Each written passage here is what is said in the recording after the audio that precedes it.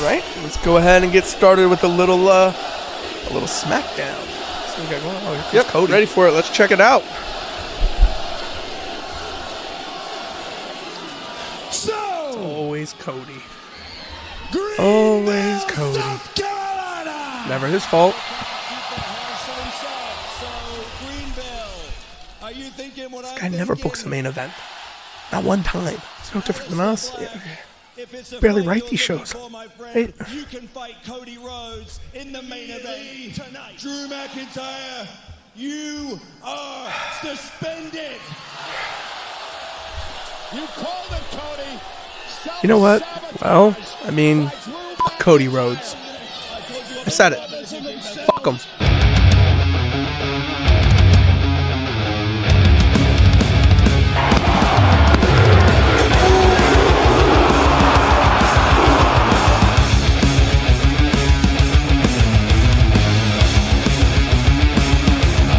And welcome back to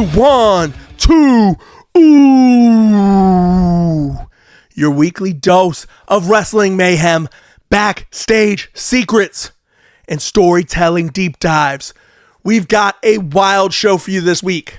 We got some old blood, some new twists, and some shockers. So buckle up.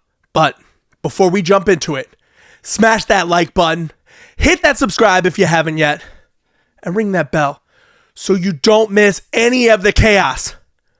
Now let's get into it. No moment bigger this week than my man CM Punk coming out to kick off Raw, talking about his new world championship.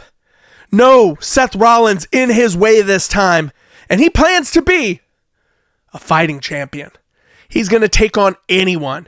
AJ Styles, Gunther, Finn Balor, JD McDonough. Put JD McDonough out here. We want him in the ring.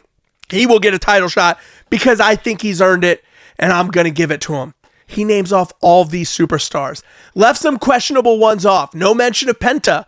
Thought that was interesting, but it's okay. I think the point of what he was trying to do is just say, I'm going to take on all comers. You're going to see me constantly defending this belt, which is awesome to hear. I'd love to see that for the title belt. I love to see this for CM Punk as well. It means we're going to get more Punk, which I'm all here for. But you're waiting for someone to come and interrupt this, obviously, and the assumption is it's going to be the Vision. But not tonight. It is Logan Paul. And CM Punk plays this beautifully. He is laughing hysterically at the idea that Logan Paul is coming to this ring. He tells Logan Paul, I think you're on the wrong show. There's a guy named Ilya Dragunov who does open challenges. That's probably more your speed because you're not ready for this. You're not ready to be the world champ, Logan Paul. But Logan Paul was ready for that. He fires back. He says, dude, I beat AJ Styles at WrestleMania. And to Logan Paul's defense, that is a great point. That is a huge win. Logan Paul has been involved in some huge matches, especially over the past year. It's hard to argue. Why not Logan Paul? Why not for CM Punk's first match? You have a perfect heel that CM Punk can beat, get a win under his belt. Why not Logan Paul, right? Then the Vision music hits, and Paul Heyman comes out. And Paul Heyman makes it very clear that Logan Paul, you are a bitch without an owner. Probably one of the funniest lines I heard that night, had me cracking up. And he tells him, you're not even in the line for a shot. You're in the line to get in line for a shot. Because if anybody deserves a shot at this title, it's the man who pinned Roman Reigns, Bronson Reed. Or how about the man who destroyed Seth Rollins, Braun Breaker? And then it's made very clear that he has kept them on a leash and now they are let go. These two are off the hinge. They can destroy whoever they want. They start walking to the ring. Logan Paul makes the decision that we all knew Logan Paul would make. He attempts to walk out of the ring, leave CM Punk in there to take his beating on his own. But the Vision's not letting him pass. And it's Braun Breaker who confronts him and shoves him to the ground. Then they jump in the ring and just start throwing CM Punk a beating. Punk's doing his best to fight him off, but Logan is doing this hesitant walk up. It's part of him telling him, get back in there, man. Go help him. Those guys just punked you. And lo and behold, Logan Paul does the right thing. He goes rushing back into the ring and saves CM Punk, is trying to help CM Punk. And what does he get for it? Well, he gets the same thing that every babyface that does that gets. A nice tsunami. My man gets tsunami'd. And then it's CM Punk who jumps in there with a steel chair. And as you know, the Vision is highly allergic to steel chairs. So the minute they saw one steel chair, they're out of there. They hightail it out. CM Punk is sitting there helping Logan Paul. But it's an interesting moment. It's interesting to think. Could Logan Paul be a babyface? Now, I could tell you while watching this, hell no. Everything in me said, by the end of tonight, Logan Paul is for sure going to be Logan Paul. And he's going to screw over CM Punk. I thought they were going to do the Logan Paul teams with CM Punk, and they're going to take on the Vision tonight. And Logan Paul would ultimately either walk out in the middle of the match and let CM Punk get destroyed, or sucker punch, something would happen, right? But I was shocked because they actually end up having it be Jey Uso and CM Punk taking on the Vision to headline the show, not Logan Paul. And this is interesting in its own right too, because Jey Uso comes into the building and he seems almost okay with losing that match to CM Punk. Like, he's fine with it. He can live with it. And there's a great moment, a promo moment, where him and Paul Heyman are just talking. And Heyman's basically saying, I'm surprised to see you team with CM Punk. And he says, of course I will. That he fought me straight up. I respect that. I'm my own man. I don't want to hear about Roman Reigns. I don't hear about Jimmy. It's all about Jay. I stand on my own now. And I'm going to go support CM Punk because I respect him. And Paul said something very interesting to end this promo. He says, you're a man with a vision. And I like what I see. But Jay seems, something is off. Something has been off with Jay. And this just kind of keeps building into it. Anyways, we get to the main event. You have CM Punk and Jey Uso. Match is going fine. Back and forth. It's what you would expect, right? And then there's this point where they all get to the outside of the ring. And they are just brawling. And all four of them are fighting. And the ref's count was pretty quick. Like, typically when you see the count out, since it's not going to be a count out, it's a very slow and deliberate thing. You can tell they're just doing it to do it. Everyone's going to get back to the ring. Gets to the 10 count, counts both teams out. So it's just a draw. It's a wash, which I hate. I hate that decision, especially with this being the end of the show and a bigger match. Like, you don't need to use the double count out. Like, someone could have gotten pinned here and it would have been fine. You could have either had, any member. It should have just been Jay taking the pin, but it is what it is.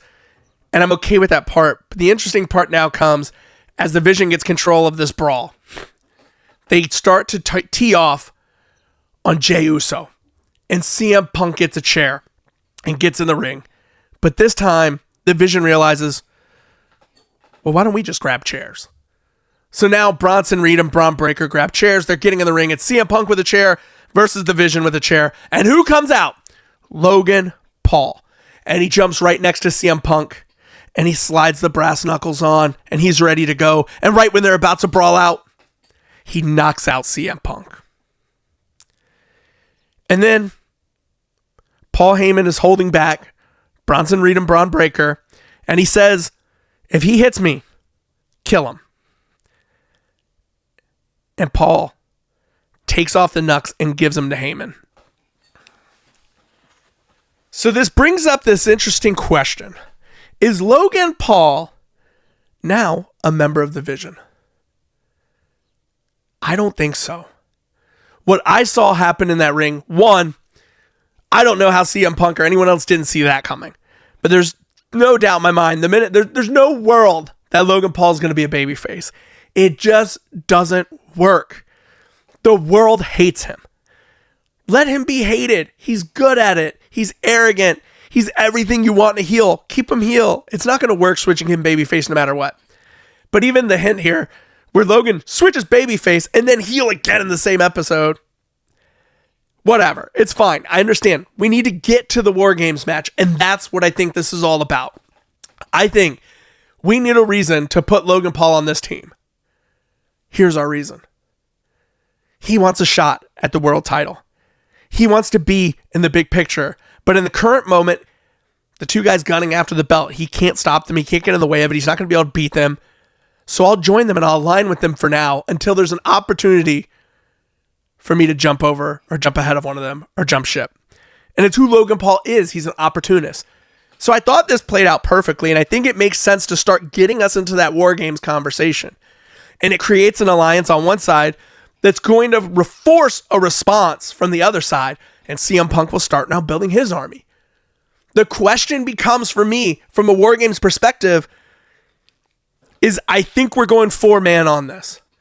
And for me, the team would have to be Logan Paul, Braun Breaker, Bronson Reed, and Brock Lesnar. Let's switch gears a bit and let's talk about our double campeon, Dominic Mysterio, coming out to share his glory, celebrate his massive win, his 9th IC title defense, where he beat clean and easily Rusev and Penta in a triple threat match.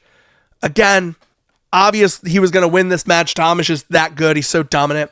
But he's coming out and talking about it. He's clearly the king of the Luchadores. He's clearly the best Mysterio alive. There's no one who can argue that.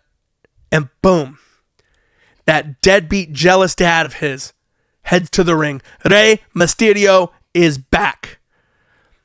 Rey gets in the ring and just straight up says, look, Dom, you can trash me all you want, but the minute you say something about Lucha Libre, I can't have it anymore. You calling yourself the king of the Luchadores is disrespectful, and I won't have you say it anymore. As long as I'm alive, you'll never be the king of the Luchadores, and you'll never be the best Mysterio as long as I'm here.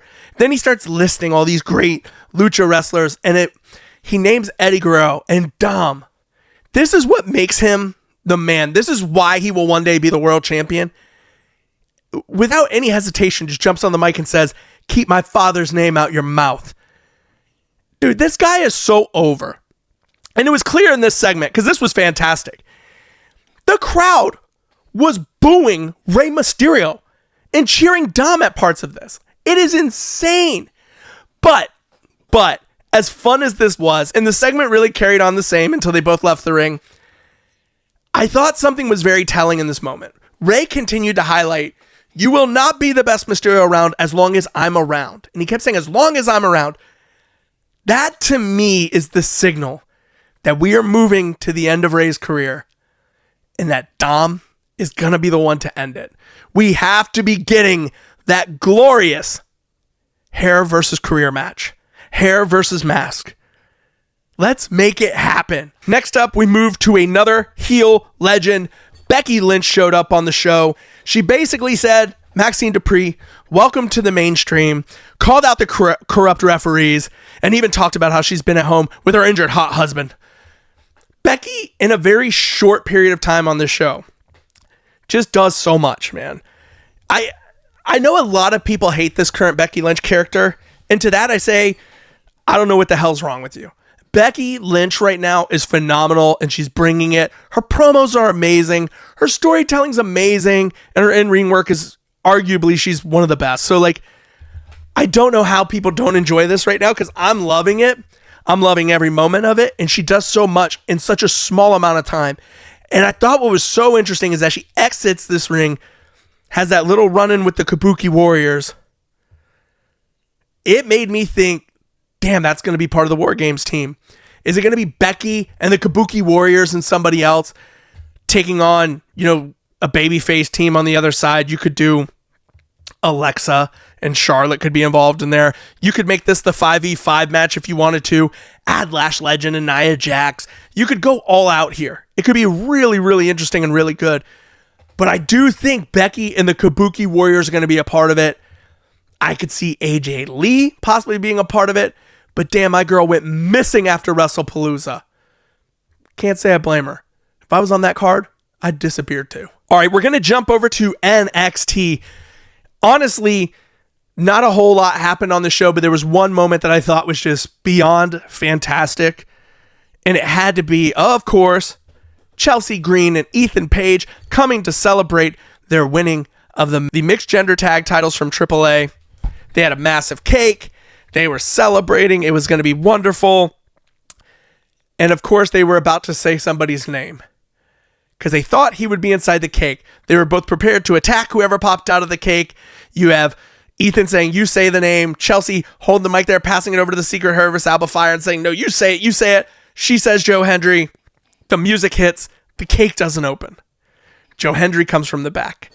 And he does his whole spew, and he says, hey, you told me to go find a partner, and I did find a partner to take you on for those mixed intergender tag titles. But all you have to do, if any of you want to know who it is say her name. Music hits again, and it's Thea Hail. And she pops out of the cake, and she pies in the face Chelsea and Alba Fire. And then Joe gets in the ring, and he ends up pieing Ethan. There's no one better right now than Chelsea Green. And I got to give it up to Ethan Page, too, because he quietly doesn't get enough credit. Ethan Page can go from playing this sadistic role where he's taking out Javon Evans with the most brutal things ever and just being a monster to pure comedy gold. And it's all the same person. It's all the same character.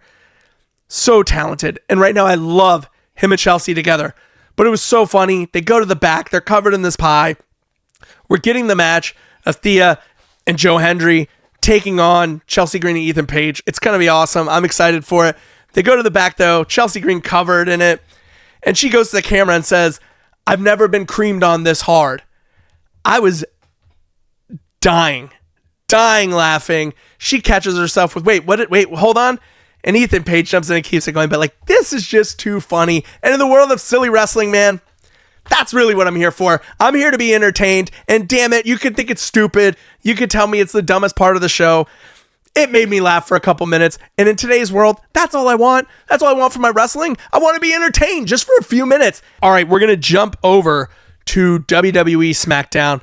And the show kicks off with Cody Rhodes coming out talking about, hey, Drew McIntyre brought the weapon into the ring. I just used it. It's not a big deal. And by the way, I'm done with Drew. Drew's a crybaby, and I'm done. He creates all of his own problems, and screw him. I'm moving on. Have a great night, folks. I'm going to sit down and enjoy myself a little SmackDown. And then Aleister Black's music hits. And Aleister Black and Selena come to the ring and basically confront Cody. And Aleister talks about how he wants a shot at that belt. But the reality is, Aleister really hasn't earned a shot at the belt. So this is wrestling, and we know what must happen. So Zelina slaps Cody in the face, therefore guaranteeing and earning Aleister a shot at the world title. But luckily, Nick Aldis was able to come out. He said, hey, look, I, for the millionth time, have not booked a main event for this show.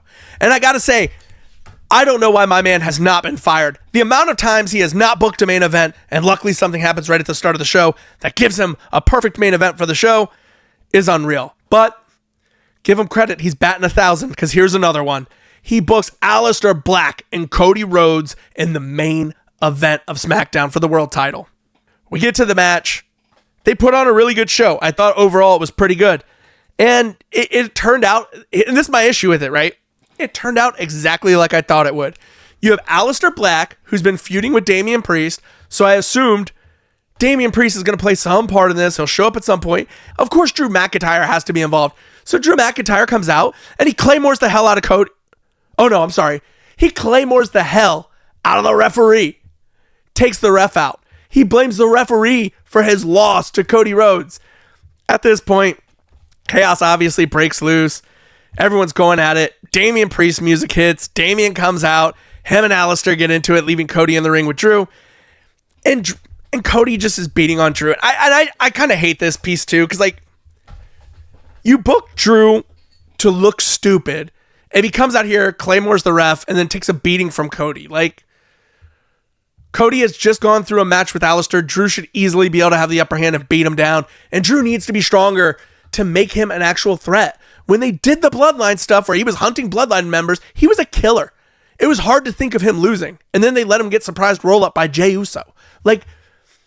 They need to go back to Killer Drew. They need Drew just dominating, hunting Bloodline members, killing people, being ruthless.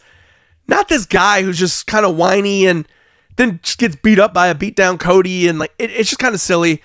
But anyways, Drew gets out of the ring as he was heading to the back. You have Aldis tell him, Drew, you're suspended. You're done. I'm not dealing with this anymore. You can't attack a ref. And then Trush is going off about, these refs are all against me.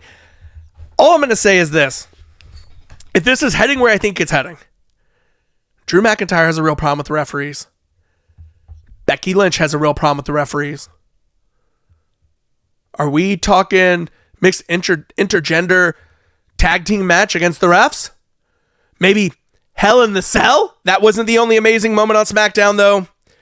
Chelsea Green took on Julia for the United States Championship. Clearly, Julia is a beast. And I honestly thought this was just going to be another Chelsea Green comes out here and takes a beat down and she tries to pull some trickery to win, but ultimately I thought Julia was going to get the win. No. Chelsea Green beat her in like a minute and 30 seconds. Got her with one of those dirty roll-ups. Had the pin, had her rolled up, put her feet up on the ropes and gets the 1-2-3. Chelsea Green is the new United States Women's Championship. And all is right again in the world of wrestling. Look, I know how pissed people are about this move. They look at it like, Julia's getting buried. How could she lose to Chelsea Green in a minute 30 seconds? Chelsea's a heel, and she cheated to win. So it's not like Julia was just beat clean and Chelsea dominated her or anything like that. She just lost because Chelsea Green cheated. And that's what Chelsea Green does. And if you think that belt's not better on Chelsea, I think you're crazy. She's way more entertaining right now. She tells better stories and she elevates the belt because Chelsea makes it her whole character. She makes it this big presentation. She makes it a big deal. It makes that title matter. The only thing they need to do now is not make her go against Mi Chin 17 times in a row. Chelsea Green is back in the spot that she deserves to be as the United States Women's Champion. And at 1-2, we pledge allegiance to Chelsea Green. But now we jump into our 1-2 of the week. And this week's a big miss. It goes to AEW for their locker room walkouts. We had Nix and Noel, FKA, Tegan Knox, and Miranda Elise walking out on the Collision taping because ultimately they were being asked to take another loss in a 3-minute match. And it wasn't the loss that I guess initially got them angry based on what they posted online. It was the time and the length of the match. They already took a quick beatdown in their first match that they had for AEW, and now you're coming out here and having us take a 3-minute loss. I get it. I can understand the way they feel. But look, this ain't the Indies anymore. You can't storm out because your angle didn't land or your match got bumped. That's just not how you build longevity, right? You don't build a connection with the fans by doing stuff like that. You don't have to like the creative, but you do have to show up, deliver, and make them regret ever overlooking you. That's your job. That's what you need to do.